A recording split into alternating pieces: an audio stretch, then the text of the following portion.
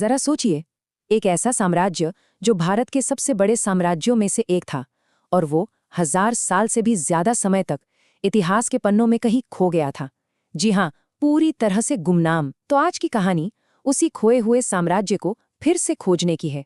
चलिए शुरू करते हैं ये दिलचस्प सफर। तो कहानी की शुरुआत होती है एक बहुत बड़ी पहेली से। देखिए, पूरे भारतीय उपमहाद्वीप में पत्थर के पुराने खंभों और चट्टानों पर एक ही नाम खुदा हुआ मिलता था, पियदस्सी। अब सवाल ये था कि ये पियदस्सी आखिर है कौन, क्योंकि सदियों तक कोई इसे पढ़ ही नहीं पाया। जिस लिपि में ये लिखा था वो एक अबूझ पहेली बन चुकी थी। अच्छा, अब जरा इस टाइमलाइन को देखिए। जो बात सबसे ज्यादा हैरान करती है वो है ये लंबा, बहुत लंबा फासला। मौर्य साम्राज्य जो 321 ईसा पूर्व से 185 ईसा पूर्व तक अपने चरम पर था, सोचिए। लेकिन 400 ईस्वी तक आते आते उनकी जो लिपि थी ब्राह्मी, उसे पढ़ने वाला कोई बचा ही नहीं था। और फिर इस कोड को, इस पहेली को सुलझाने में साल लग गया 1838। मतलब पूरे 1400 साल। 1400 साल तक भारत का इतना बड़ा, इतना अहम इतिहास एक तरह से अंधेरे में ही था। तो इस ऐतिहासिक जासूसी को अंजाम किसने दिया? कोई राजा या कोई बड़ा योद्धा नहीं था, बल्कि एक ईस्ट इंडिया कंपनी का अफसर था, जिसका नाम था जेम्स प्रिंसेप। हाँ, 1830 के दशक में उन्होंने ही इस नामुमकिन से लगने वाले काम को अपने हाथ में लिया और इस गुत्थी को सुलझाने का बीड़ा उठाया। तो सवाल ये है कि प्रिंसेप ने आखिर इस पुराने कोड को तोड़ा कैसे? यहीं से ये कहानी और भी ज्यादा दिलचस्प हो जाती है। सालों की जी तोड़ मेहनत के बाद प्रिंसेप ने वो कर दिखाया जो नामुमकिन लगता था। उन्होंने ब्राह्मी लिपि का कोड तोड़ दिया और पता चला कि उस रहस्यमयी शब्द पियदस्सी का मतलब था मनोहर मुखाकृति वाला, या फिर जो सभी को प्यार से देखता हो, मतलब देवताओं का प्रिय। वाह, उपाधि तो जबरदस्त थी, पर सवाल अब भी अपनी जगह पर था कि आखिर ये था कौन? और फिर वो पल आया जिसने भारत के इतिहास की दिशा ही बदल दी। प्रिंसेप ने इस उपाधि का मिलान किया श्रीलंका से मिले कुछ पुराने बौद्ध ग्रंथों से, और जानते हैं क्या मिला?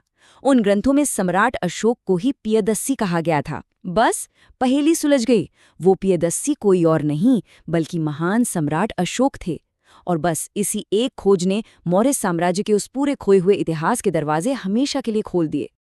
ठीक है, तो साम्राज्य तो मिल गया, लेकिन अब अगला सवाल ये है कि भाई ये मौर्य साम्राज्य इतना बड़ा, इतना ताकतवर बना कैसे? इसकी जड़ें कहाँ थी? इसकी शुरुआत कैसे हुई? देखिए, मौर्यों के आने से पहले भारत एक देश जैसा नहीं था, बल्कि 16 बड़े बड़े राज्यों में बटा हुआ था। इन्हें कहते थे महाजनपद, और ये सब सत्ता के लिए आपस में लड़ते रहते थे। लेकिन इन 16 में से एक था जो बाकियों पर भारी पड़ गया, और वो था मगध। अब मगध इतना कामयाब हुआ क्यों? इसके पीछे कुछ बहुत ही सॉलिड वजहें थीं। पहली, गंगा नदी के पास की उपजाऊ जमीन, मतलब खाने पीने की कोई कमी नहीं। दूसरी, पास में ही लोहे की खदानें थी जिनसे बनते थे बेहतरीन हथियार।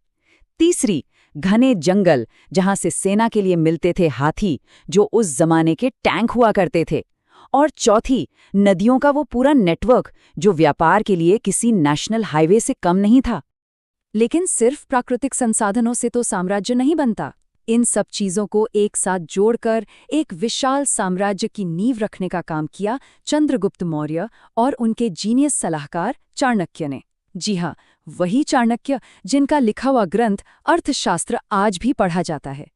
इन दोनों ने मिलकर ही मगध की ताकत को मौर्य साम्राज्य की बुलंदी तक पहुंचाया। तो साम्राज्य तो बन गया, पर इसे चलाना कैसा था?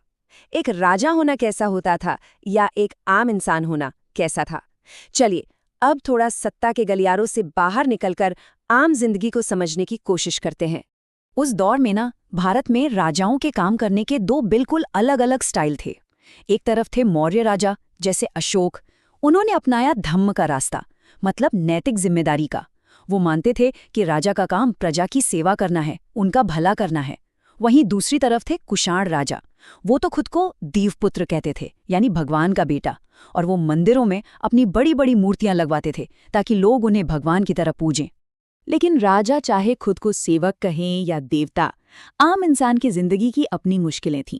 उस जमाने की एक लोक कथा है गंड तिंदु जातक। उसमें एक आम आदमी का दर्द देखिए कैसे बयान किया गया है। वो कहता है, रात में डाकू हम पर हमला करते हैं और दिन में राजा के टैक्स कलेक्टर। अच्छा, 1 मिनट रुकते हैं।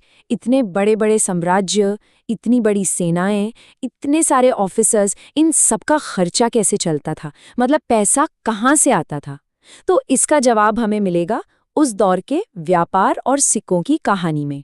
उस वक्त का भारत समझिए कि दुनिया के व्यापार का एक बड़ा जंक्शन था।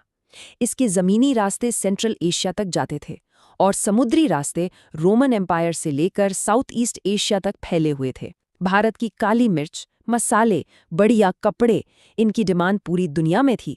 और राजा क्या करते थे? वो इन रास्तों को सुरक्षा देते थे और बदले में व्यापारियों से टैक्स लेकर अपना खजाना भरते थे। और जैसे जैसे व्यापार बढ़ा, वैसे वैसे हमारी करेंसी, हमारे सिक्के भी बदलते गए। ये कहानी बहुत दिलचस्प है। शुरुआत हुई पंचमार्क सिक्कों से। ये बस चांदी तांबे के टुकड़े थे जिन पर कुछ निशान बने होते थे। फिर आए हिंद यूनानी राजा और उन्होंने पहली बार सिक्कों पर अपना नाम और अपनी तस्वीर छापी। ये एक बहुत बड़ा कदम था। इसके बाद कुषाण आए, जिन्होंने बड़े पैमाने पर सोने के सिक्के चलाए। और गुप्त काल तक तो सिक्के सिर्फ पैसे नहीं रह गए थे, वो सोने से बनी बेहतरीन कलाकृतियां बन चुके थे। तो सोचिए कहाँ से शुरू हुई थी ये कहानी? एक पत्थर पर लिखे एक अनजान से नाम पियादस्सी से। और उस एक नाम ने हमारे लिए एक पूरी दुनिया के दरवाजे खोल दिए। एक ऐसी दुनिया जहां ताकतवर सम्राट थे, एक चलती फिरती अर्थव्यवस्था थी और आम लोगों की वही चिंताएं थीं जो शायद आज भी नहीं बदली हैं। और ये पूरी कहानी एक सवाल ज़रूर छोड़ जाती है कि आज भी हमारे चारों तरफ इतिहास के न जाने ऐसे कितने राज दफन हैं जो बस किसी जेम्स प्रिंसेप जैसे कोड ब्रेकर का इंतज़ार कर रहे हैं कि कोई आए और उनकी खोई हुई कहानियों को दुनिया के सामने लाए।